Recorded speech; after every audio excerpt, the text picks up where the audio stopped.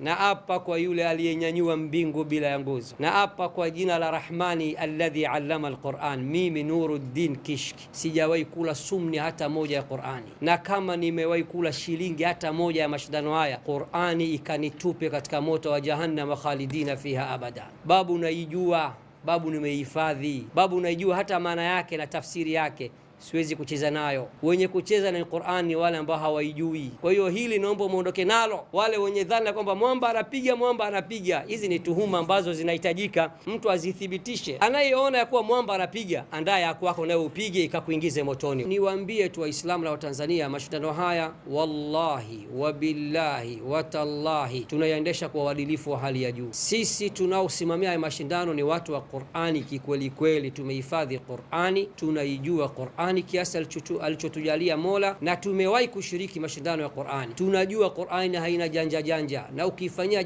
janja inakukunguta hapa duniani.